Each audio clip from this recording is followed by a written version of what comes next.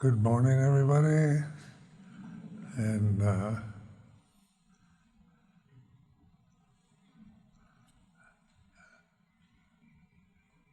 encouraging this reflective ability we have as human forms.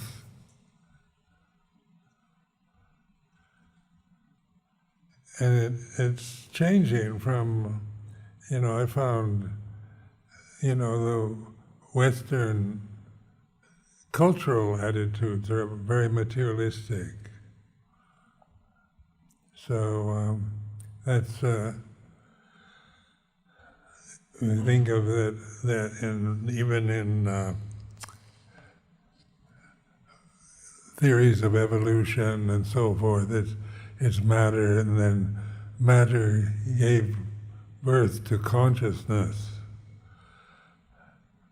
And then forms developed that were conscious.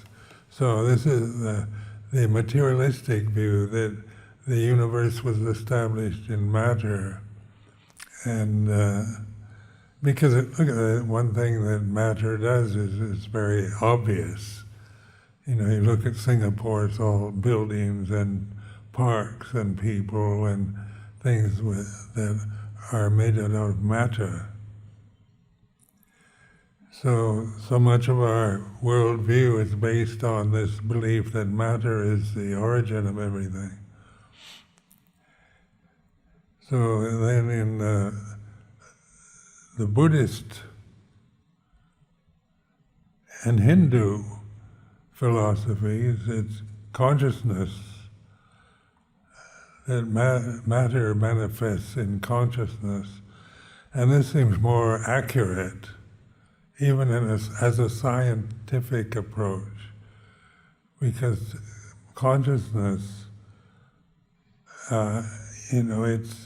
it's where wisdom can manifest, where intelligence can manifest, but rocks and mountains and matter and planets can't create anything other than just procreate the species or reinforce the matter or let it decay and disappear. So just and because of the American materialistic conditioning, and coming across the Buddhist perspective was like a revolution. Suddenly things began to make much more sense to me, just starting from that view that consciousness is where the world manifests, where the forms manifest, where the mountains, the trees, the people, the oceans, the sun, moon, and stars, the planets, the galaxies all manifest in space, and space manifests in consciousness. So to try to reinforce this is a kind of revolutionary attitude. It was prevalent in ancient India from before Buddhism. So it's not something like a revolutionary new discovery. It's just been ignored.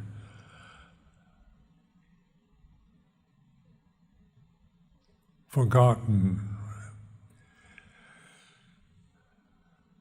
So consciousness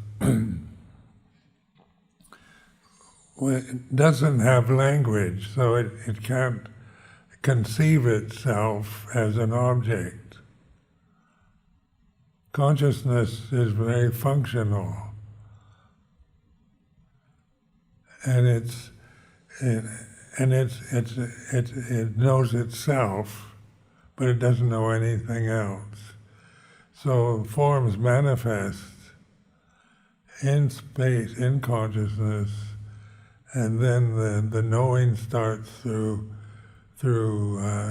defining experience through the senses, through seeing, hearing, smelling, tasting, touching, thinking.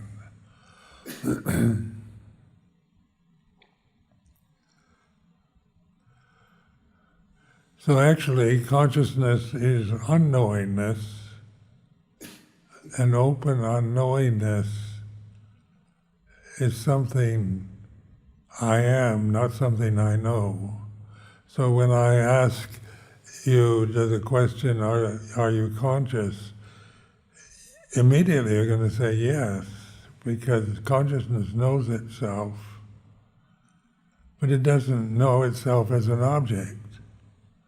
So this is, in terms of language, is impossible to really define, because unknowingness, knowingness, knowing itself, and we think of knowing, the knowing that we identify with is through the objects, knowing the objects that we see, hear, smell, taste, touch, what we've been, our memories and emotions we can know. But you can't know yourself as an object, as consciousness is what you actually are. Where when we know ourselves as a form, as a person, as a man or woman, then we have, that depends on language, on other sankhara forms that we can define. I am a Buddhist monk, I am Ajahn Sumedho, the statement I am doesn't define me. Just the English personal pronoun and the verb am, when you think I and am, it's still quite impersonal, it's just a statement of presence, being here and now. But then I am Ajahn Sumedho, that defines me in this form. I am 88 years old, that's the identity with the body. So just exploring the ability to think, when we say I am, it doesn't say what you are in any way, just a statement, a verbal statement of presence, of being. And then I am Ajahn Sumedho defines this, who this being, this experience is, how I define myself as a person, as a personality, as a form.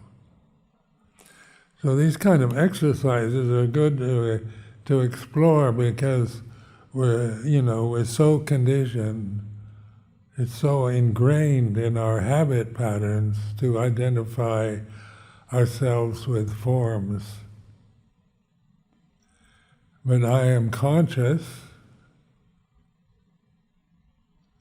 is a reasonable thing to say. So if I ask you, are you conscious, you reply, I am conscious. You don't have to ask somebody whether you're conscious or not. And I remember years ago, and I was still, when consciousness became a great subject of interest, and I was interested in my youth in modern psychology and Freudian psychology and Jungian psychology, and then how they regard consciousness, what these famous Austrian psychologists called consciousness. And so I'd go to the library and read what Freud said about consciousness, or Carl Jung said about consciousness.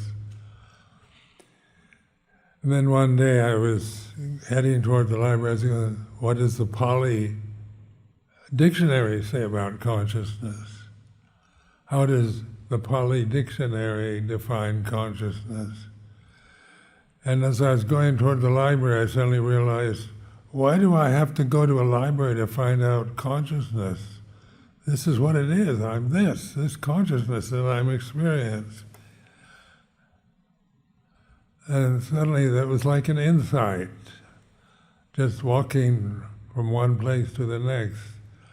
Why do I have to depend on the Pali dictionary to define consciousness when I am the consciousness itself?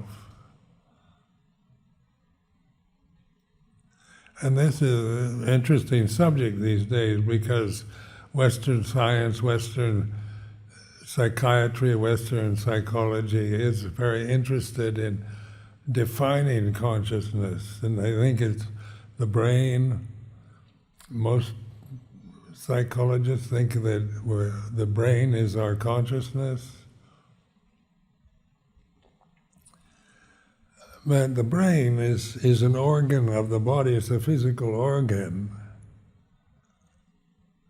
And it's more like a computer. It's where the conditioned languages appear, and we create these various definitions and preferences and what's good and what's bad through thinking. Thinking is a brain function. But consciousness isn't thinking. It's not something, the word itself is merely a skillful means pointing to the reality of being here and now. Because that's what we can know at any moment, wherever we are, whatever condition we're in, we're here, and the time is now, the place is here, the time is now. We can imagine going to another place, that's the future, or remember coming from another place, and that's the past. But just to reiterate that experience is always here and now. And it's conscious awareness where we're not seeking objects anymore.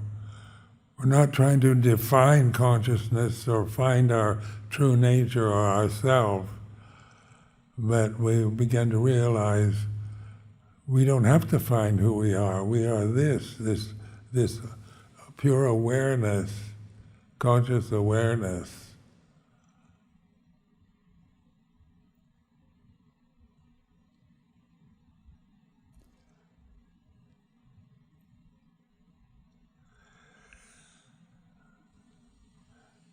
So many questions have been asked about the Buddho mantra, and that is another word that I found very useful in developing in meditation, because I didn't know anything about it till I met Luang Por, and that Thai forest tradition coming from Ajahn Mun, who died long before I came around. But Luang Por was basing his kind of style of teaching on Ajahn Mun, who was a Thai Ajahn in northeast Thailand. So Luang Por taught me the mantra Buddho. Now this is a two-syllable word, it's the name of the Buddha, and then you can use it. At first, because I was such a rabid thinker, I couldn't get anywhere because I was always thinking, doubting. I was trying, before I met Luang Por, I was always trying to get jhanas and get samadhi, and this was all, the desire to. These were words that sounded desirable. Samadhi sounded desirable. Jhana sounded incredibly desirable. And so, reading Visuddhimagga, I started practicing according to the instructions on jhana and so forth. So, it was an experiment, But, I began to realize that I'm trying to get something I don't have, something I don't even know what it is. But it sounds good, just like going to heaven or the two-seater heaven in the cosmology of Buddhism. So I think I'd like to be born in the two-seater heaven where everything is beautiful and happy. That's a desirable place to want. We all want beauty and happiness and sunshine and good health and vigorous youth and good-looking appearance. And there's no ugly devas in the two-seater heaven. And I haven't ever figured out whether there were male and female devas, but anyway, you can create anything you want about two-seater heaven, but it sounds like a heavenly place to go to, where earthly experience in these food bodies, in these heavy bodies that we have to feed all the time, deal with its sensitivity, its pains, its growth, and all the problems that arise with old age, sickness, and death. A deva body sounds very desirable. So this because of Luang Por Chah's emphasis on awareness, I always interpreted awareness as awareness of objects. Crossing the street, when you're skiing or ice skating, you have to be aware. When you're walking on a busy street, you have to be aware so you're not crashing into people. And when you're climbing a rock cliff, you have to be aware. But your awareness depends on objects, so objective awareness through seeing and feeling, hearing. But sati sampajanya, these words are pure conscious awareness of itself. And the only way you can describe that, it's like this. Well, to deal with a very active thinking habit, I found Buddho, first Luang Por Chah told me to use it with breathing practices, anapanasati, inhale on put, exhale on toe. So I found that anapanasati was, because my mind wandered so quickly, and I started thinking, is this right? Am I doing it properly? And when I would get a level of peace and samadhi, then I'd say, is this jhana? And then the peaceful, tranquil state would disappear. And so there's an endless struggle to try to get something. And when you do get something tranquil, then you think, is this first jhana, or can I get second jhana? And so your mind is taking these words out of scriptural teachings or Visuddhimagga, and you're not aware that the ego wants to get jhanas. As a person, as an egotistical male, I want to get jhanas, I want to get samadhi, I want to go to the two-seater heaven, I'd like to get psychic powers to visit these deva realms while I'm still a monk. It sounds very kind of a way of getting out of the boredom of monastic life. So getting these incredible psychic powers and jhanas and high levels of concentration are desirable objects. Now just point, there's nothing wrong with this, but awareness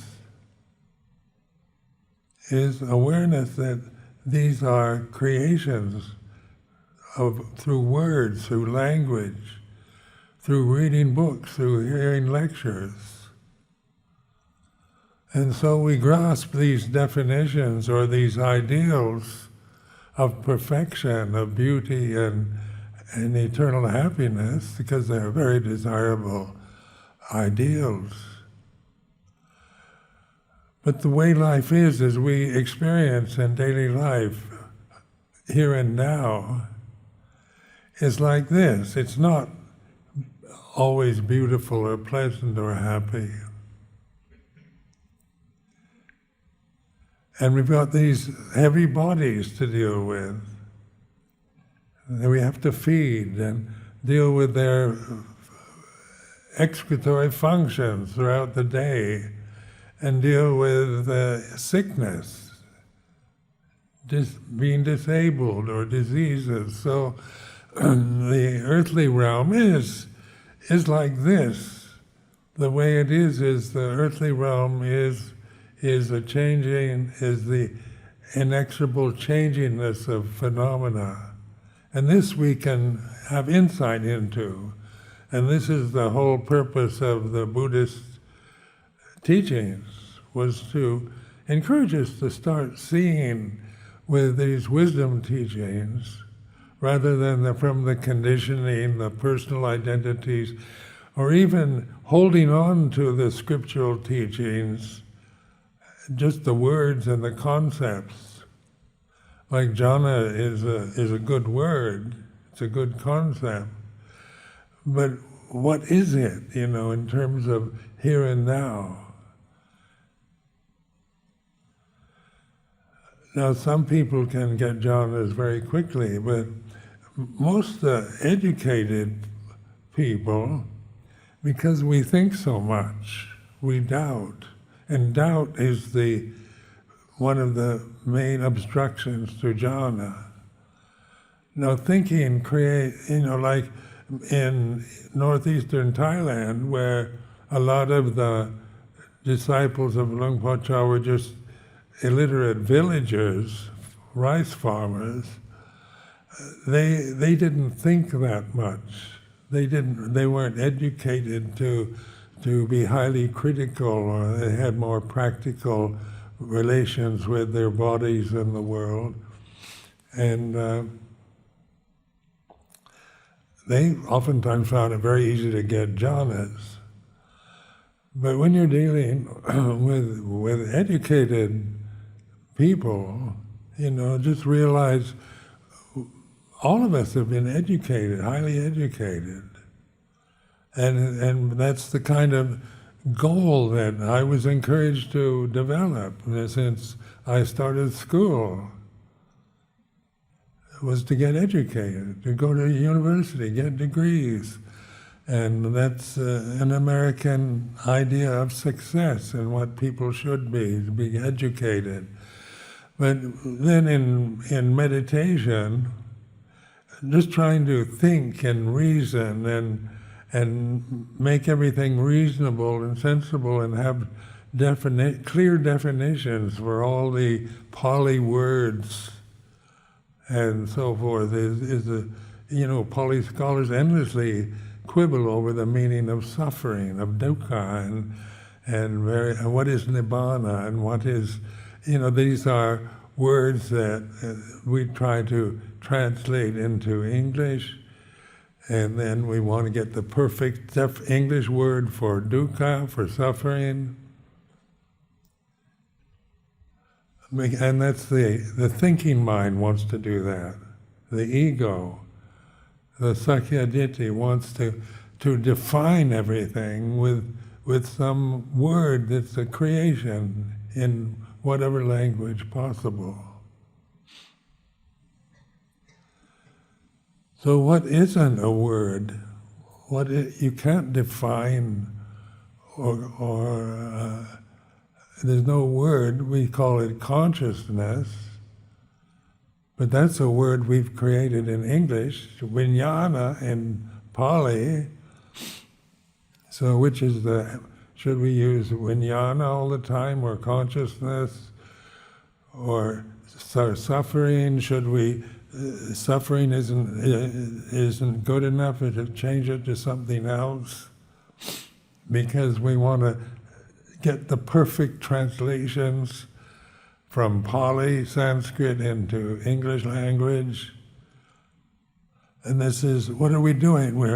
We're getting caught up with our thinking mind, our idea of our worship of words, concepts, education, all that conditioning.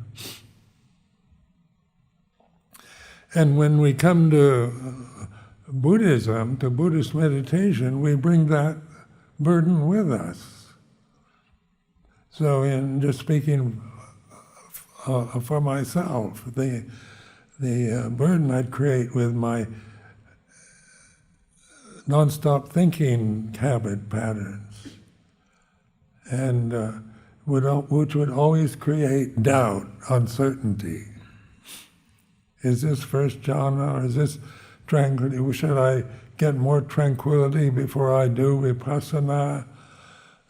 Because you get advice about you've got to get this level of tranquility to do vipassana, and then you try to get you're not quite sure what level of tranquility you can enter vipassana with, and you get caught up in endless doubts that, from the words that you hear from others, from teachers, and then we find it rather despairing. I can't get samadhi, I don't have good mindfulness. I met in England people who've been practicing meditation for decades who are still trying to get perfect samadhi. And they can't do it. In some moments you get a level of tranquility, under certain conditions, in retreats or in living in a cave or some remote place where nothing distracts you. So you get kind of like sensory deprivation, where you deprive your senses of their objects, and you get a level of tranquility naturally comes because there's not the objects to the senses that distract us, or there's not so many.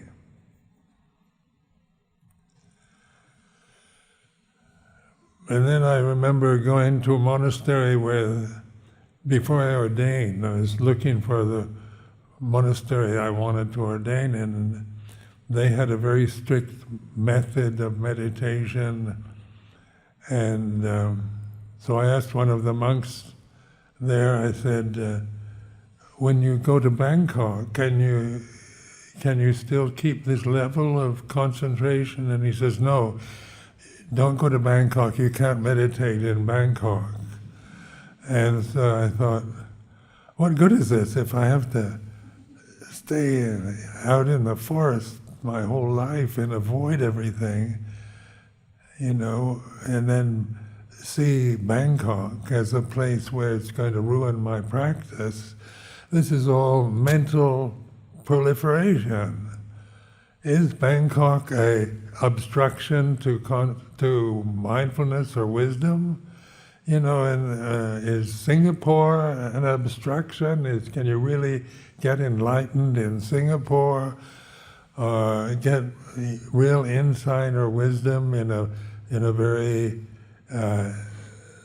crowded city? And you think about it, you're going to doubt it's impossible, or I don't think, how you see yourself, whether you see yourself in critical terms, and you believe your critical attitudes about yourself or about Singapore.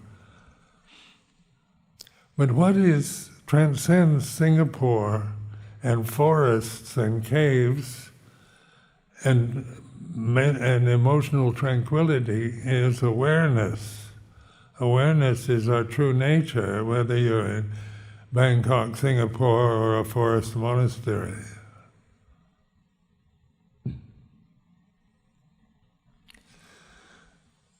But when we think about Singapore or Bangkok, we can think, well, it is, it's a very distracting place.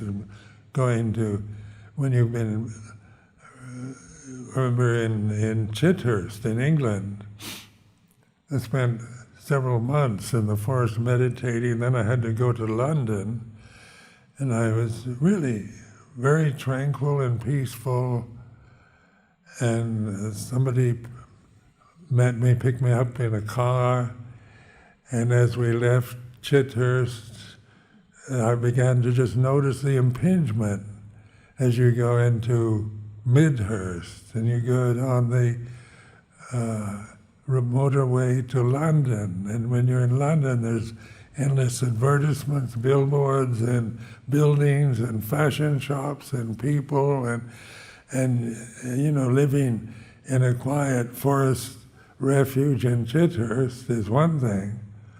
But what do you do when you're in a busy city like London?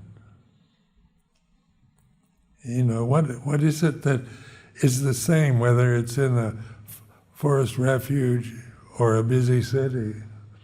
Is awareness is always here and now. So if I believe that you can't meditate in Singapore because it's too crowded and too noisy, that's a belief that you might grasp. It's easy to believe that when you think of meditation as peace and quiet. But vipassana is insight into the way things are, and the way things are always the way they are in the moment, whether you're in a forest refuge or in a busy city. And getting back to Buddho, I found I couldn't even concentrate, with using Bu and then To on the inhalation, exhalation, my mind would wander. So I started using Buddho as just a mantra. So I began to just think Buddho, Buddho, Buddho, Buddho, Buddho, and every time a thought started arising, I'd substitute it with Buddho. I'd even go Buddho, Buddho, Buddho, and when I started my habitual thinking habits, eventually, just as a mantra, just by using Buddho as a mantra, then I began to slow down. I began to stop thinking. I began to notice that my rabid, incessant thinking habit was slowing down.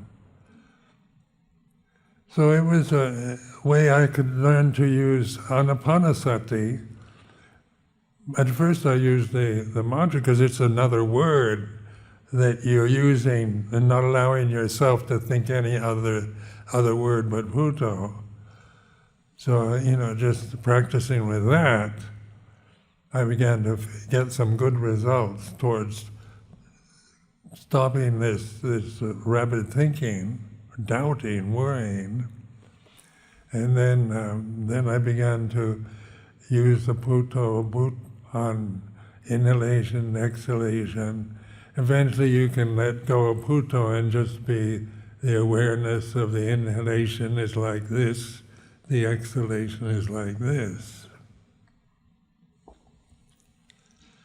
Well, that's important thing because we're breathing here and now. It's an object easy to recognize. Wherever you are, you're breathing. When you're not breathing, that means you're dead. So breathing but it's always here and now. The experience of anapanasati is always now, here in whatever place, whether in busy street in Singapore or a forest cave.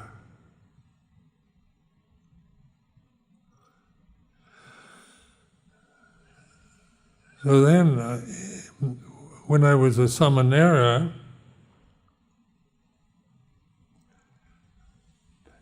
before I met Luang, I spent a year in this meditation monastery.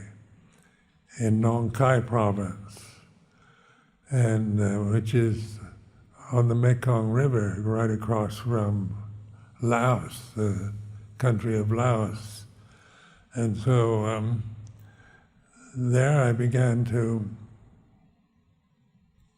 notice, because I was isolated in a kuti, I didn't have to go to meetings or anything, and they brought food once a day. And then nobody could speak English in this monastery. So I had just a book on Four Noble Truths. And I began to just investigate. And sometimes I'd get so peaceful, my mind, I began to notice this, what I call sound of silence, a kind of background resonating kind of, I call it a sound, but it's not really a sound. It's the background, it's conscious awareness itself. But I didn't know that. So I just thought, well, the Buddha said everything is impermanent, so it must be impermanent. So then I kept hearing this, what they call sound of silence, this vibration, internal vibration. And I'd forget it and get caught up with other things. And then I think that it had disappeared, but it was always here and now. So following that kind of thing, I wondered what it was, whether you could hold on to it or grasp it instead of Buddho. Or before I met Luang Por Chah, I used let go, and then when I met Luang Por Chah, I started using Buddho. But right now I notice this vibration. As I'm sitting here talking like this, I'm aware of it constantly. What is it? You can't find a description of it, like sound of silence. Silence, it's an oxymoron, it doesn't make sense. Silence is where there's no sound. But then it's not a sound. Sounds have a beginning and an ending. So you have do, re, mi, fa, sol, la, ti, do. They all have sharps and flats and so forth. Sounds pleasant or unpleasant all come and go and change. But sound of silence is always here and now. So using that as a reference point in Thailand, in Wat Pah Pong, they'd often, when I began to understand Thai language, Luang Por Chah be talking about Jit Wang, which translates as empty consciousness. So Jit Wang, empty consciousness, began to, because I was learning Thai, I oftentimes wondered what it was. And then using the word sound of silence was a bit of a confusing way of describing it. So I never told anybody, never told Luang Por Chah or anybody about it. And then in London, the first 2 years we were in England, we lived in London, in Hampstead, and when I arrived in London, the English Sangha Trust, which had invited me and Luang Por Chah to England, the members of this trust were having a terrible, quarrelsome battle, which I had to attend these meetings, and they'd really be vicious towards each other. One side wanted to keep the Hampstead Vihara and just live there. The other side wanted to sell the Hampstead Vihara and move to the countryside or the forest. And so I was caught in the middle of this, not being torn. Both had kind of reasonable things to say about each side. They weren't lacking in reason, but getting confused of taking sides and who was right and who was wrong. What is the best to do now? Stay in London or move out of London? Who's going to feed us out of London? All these kind of speculations and worries. Then one day I was in the summertime, I was walking down Haverstock Hill, which was a busy street just outside the Hampstead Vihara, and a very noisy street. And I still remember the exact spot where I remembered this sound of silence, this what I call sound of silence, seemed like it attacked me right on the streets of Haverstock Hill. And suddenly I remembered this. I hadn't really used it very much in Thailand. So then I thought, this might be a way to resolve this conflict. So I started developing an incredible awareness of this vibration,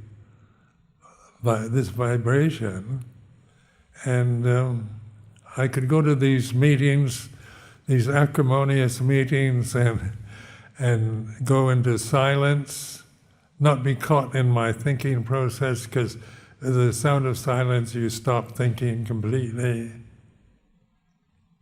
And then I suddenly had more insight. I knew what to do. So I told one side they had to leave and resign, and they actually did. And then from then on, the miracle of Chithurst appeared, a beautiful part of England, really lovely, picturesque part of southern England, and on like that. But it's through this empty conscious awareness, Jit Luang, empty consciousness is like this. It's silent, all the time silent. And then the noise is our thoughts, our emotional habits, what we see, hear, smell, taste, touch, feel, think is all noise, sound, movement, manifestations of conditioned phenomena, moving, changing in consciousness.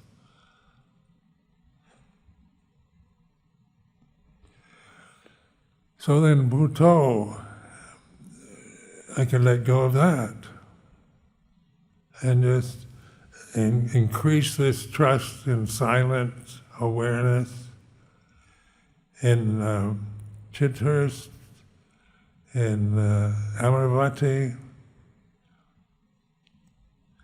So people like to ask me, do you suffer anymore?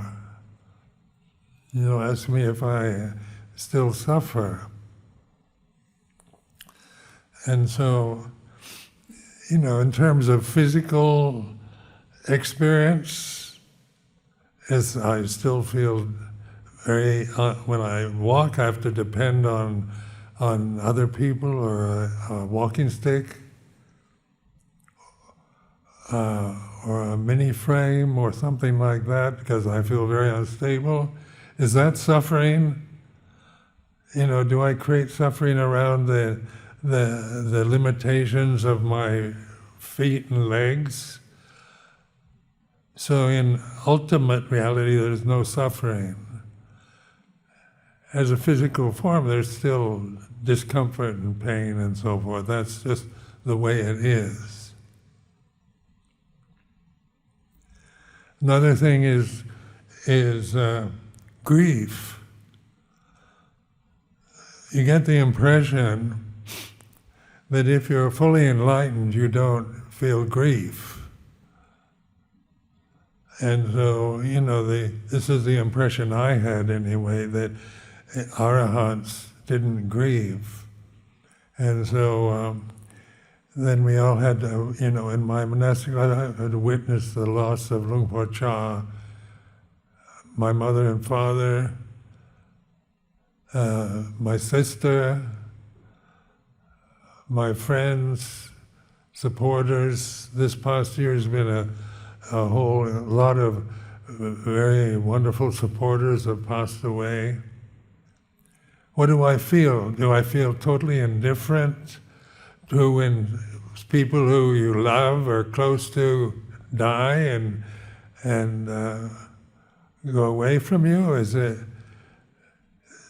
there suffering in that? Do I create suffering around the loss of my mother or father or sister? I can do that as a person, but as the silent witness, I still feel the sadness of loss, because that's natural. I can still cry, because that's natural. The body's nature is to cry, and so when the sad perceptions are manifested, that's natural. Do I take that personally? Do I take that sadness and make it into some kind of personal identity? Or is it just a natural karmic condition of being human, being a human being? So when my mother died, I was I'd visited my mother and my sister lived in San Diego. My father had died the previous year, and so I went that year to see my mother in San Diego. She was living with my sister, and we had a very nice time, and they respected what I do as a Buddhist monk, even though they were Christians. So then when I was going to fly up to Oakland, California, I was going to give a 10-day meditation retreat in San Francisco area. So my mother and my sister drove my mother and myself to the airport, San Diego airport, said goodbye to my mother, and she seemed all right. She was 88 years old. And then I flew to Oakland. I spent the night at a friend's house in Oakland. And the next morning my sister telephoned me at this house and said that mother had passed away that night. So then I had to start giving a 10-day retreat with this kind of sadness. Because your mother is, is one that gives you birth and nurtures you when you're a helpless infant. So there's a lot of love and memories regarding mother. Just the word mother can create all kinds of emotional feelings. So I went to, they had a beautiful retreat center in Sonoma County, which is just north of San Francisco. So I went there.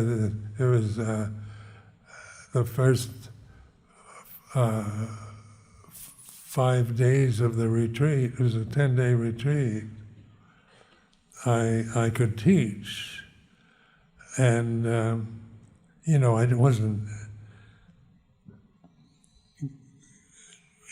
externally grieving, but there is certainly this sense of sadness and loss of a mother, And then the funeral was in San Diego. They were Catholics. So a friend of mine took over the retreat in Sonoma, and I flew to San Diego and went to this Catholic funeral and went to the cemetery where they buried my mother, and then I flew back to San Francisco, went to this retreat and continued the retreat. And I did feel tears would come with a memory of loss of mother. It's natural. Is it personal? It becomes personal when I think, if I had more mindfulness, I wouldn't be crying. Because that's the illusion I had that I'd heard from others. But my insight, direct insight was this: the body is a crying form. That's its nature. When you go to the movies and you see sad things happen to people, and you find tears in your eyes with either joy or sorrow. This is the body. This is what the body does. To try to stop that and suppress it is very personality that has, you don't show emotion, stiff upper lip, don't cry, be a man up, and don't let people know your state of mind. This is the stiff upper lip approach. Don't be emotional, embarrass everybody.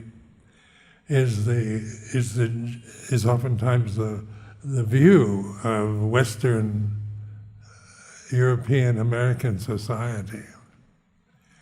But that's not natural. That's a created perception of good behavior created by unwise human beings who don't understand themselves.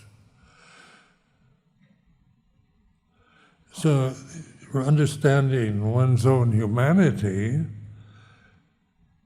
is you have more compassion for others too, because you're not making judgments about, don't make a scene, don't embarrass the family and break down and cry, and don't, all these prohibitions, ways of proper etiquette and proper social behavior are learned, what we learn in our youth. But are they natural? Is the body, it has these tears, it's natural, it's a condition of being a man or a woman. It's like this. So in terms of awareness, there's no suffering. In terms of the physical experiences of old age and sickness, loss of the loved, grief, sorrow, despair, and anguish, they arise and cease according to conditions. But with wisdom, you see them as conditions arise and cease. You don't grasp anymore. So the enlightened human being is not indifferent or cold to the sadness of life or the problems of being human. You don't become just a kind of heartless, cold feeling form, but your humanity is understood, so you're no longer identifying as a human. The human body does its thing according to its nature, according to conditioning. But you don't grasp it anymore, identifying with it, but you're aware of it. And it's like this. So Buddho can be used as a mantra, as a help for concentrating on the inhalation, exhalation, and then